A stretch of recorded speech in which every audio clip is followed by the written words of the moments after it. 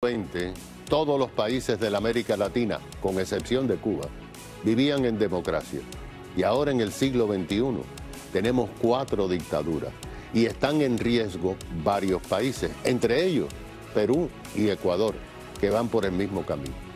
Hasta ahora, la frontera entre Estados Unidos y Canadá estaba muy tranquila, pero en los últimos 5 meses todo ha cambiado. Se van a enterar de lo que está pasando.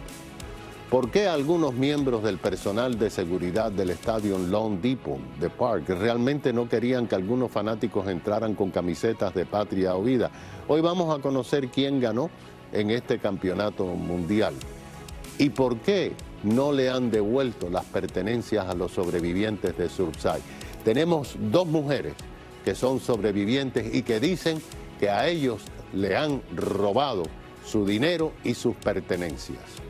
Bienvenidos a la edición sabatina de Hoy con Tomás Regalado, con los temas que ustedes necesitan saber.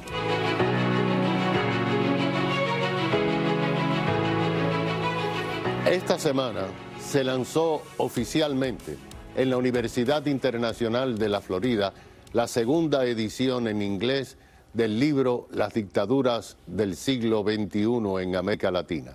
Un examen profundo de cómo al final del siglo XX solamente había una dictadura, el régimen castrista, en este hemisferio.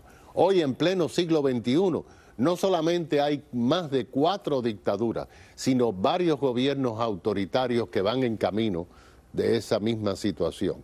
Hoy tenemos un especial con alguien que ha marcado la historia de Ecuador, como el presidente que logró la transición de las dictaduras militares a la democracia y que fue responsable por la Constitución de 1998, el expresidente de Ecuador, Osvaldo Hurtado.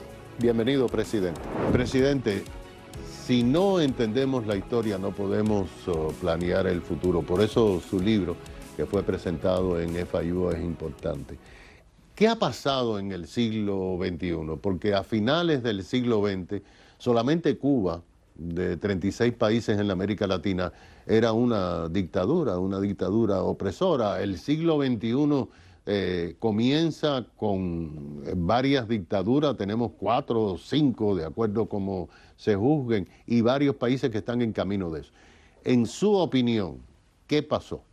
En efecto, el siglo XX terminó con una primavera democrática, frondosa, ¿no? Toda América Latina democrática, cosa que no había ocurrido en la historia del continente.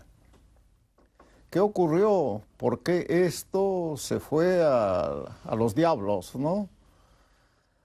Bueno, primero por el caudillismo, que es una enfermedad latinoamericana.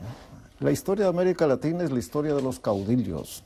No es la historia de las ideas, no es la historia de los partidos, no es la historia de los programas, de ninguna manera, ¿no? Y de ese caudillismo no escapa casi ningún país, casi ningún país. Y lo segundo fue que la izquierda marxista latinoamericana llegó a la conclusión de que debía aprovechar las instituciones democráticas para tomar el poder y luego establecer el Estado totalitario, ¿no? Que es lo que ha ocurrido en Venezuela, en Ecuador durante el gobierno de Correa, y viene ocurriendo en Nicaragua y en Bolivia, y comienza a ocurrir en El Salvador, porque esto pues rebasa incluso las ideas que acabo de mencionar de la izquierda marxista. Es curioso que usted incluya en su libro Las dictaduras del siglo XXI El Salvador. El presidente Bukele se ve como de derecha, que está tratando de eliminar el crimen. Usted hizo historia cuando fue el presidente de transición de los gobiernos militares a la democracia y encaminó el país. ¿Por qué Salvador? Porque ¿cómo se define en el libro a una dictadura? En él digo yo que la democracia, más que un concepto, es una forma de gobierno, ¿no? Que se expresa en instituciones, ¿no? Y las instituciones son una división del poder en diversas funciones, una independencia de la justicia, un imperio de la ley, ¿no? un pluralismo político, la realización de elecciones libres, la transparencia en el ejercicio de la autoridad y un conjunto de libertades y derechos. Estos elementos a mí me parecen que están bajo cuestión, ¿no? Bajo observación y bajo crítica en El Salvador. De hecho, el presidente Bukele pues, es el titular de todos los poderes del Estado. Esa es la realidad ahí, ¿no? Y la ley está subordinada a sus proyectos, a sus proposiciones y a sus deseos, ¿no? Y prácticamente hay un gobierno de partido único, ¿no? Al estilo de lo que sucede en los socialismos del siglo XXI. Porque el fenómeno autoritario de América Latina a través de la historia, y hoy se repite, no es que era solamente de la derecha o solamente de la izquierda. No, esto está en el fondo de la cultura latinoamericana, tan afín a los caudillos y contemporáneamente tan afín al populismo. De acuerdo con la historia, ¿qué ha pasado? ¿Por qué los gobernantes democráticos? Usted fue un gobernante democrático, ha dicho que casi en su época pues se estaba llegando una transición a la democracia total. ¿Por qué miran al otro lado? ¿Por qué los gobiernos democráticos no denuncian lo que está pasando en esos países? Bueno, hoy acaba de vivir América Latina un episodio muy penoso en la línea que usted lo sugiere, ¿no? En el Ecuador, durante el gobierno de Correa, 10 años, hubo muchos actos de corrupción, numerosos, innumerables. Pero en uno solo, hasta la fecha, ha existido una condena, ¿no? Correa está condenado a prisión por corrupción, hoy es un prófugo. Y fue condenado él y casi todos sus colaboradores. Bien, cuando esto ocurrió, la respuesta de Correa, la respuesta del Foro de San Pablo, la respuesta de varios presidentes latinoamericanos, fue de que Correa era un perseguido político, con aquel concepto de lawfare, ¿no? La justicia al servicio de perseguir a Correa. Yo quisiera decirles, ¿no?, que Correa fue condenado por sus jueces, los jueces que él nombró. Fue investigado por una fiscal de carrera que investigó a Correa, pero que además hoy está investigando al presidente Moreno. Y está investigando a un ministro, al menos a un funcionario de nivel ministerial del presidente Lasso, la fiscal. ¿Y quién incriminó a Correa y a la señora Duarte, que acaba de fugar de la Embajada Argentina en Quito? ¿Quién incriminó? La secretaria personal del presidente de la República, a la que le encargó que llevara en un archivo Excel los montos de los sobornos que recibía y los montos que se entregaban a los beneficiarios. Eso es un descaro total. Total. Pero venga acá, y los presidentes que tienen pudor, ¿por qué lo hacen? Varios expresidentes latinoamericanos enviaron una carta a la Interpol pidiendo que no sea apresado Correa, como correspondía. Varios. No quisiera mencionar sus nombres, porque muchos tienen un prestigio, pues, continental, ¿no?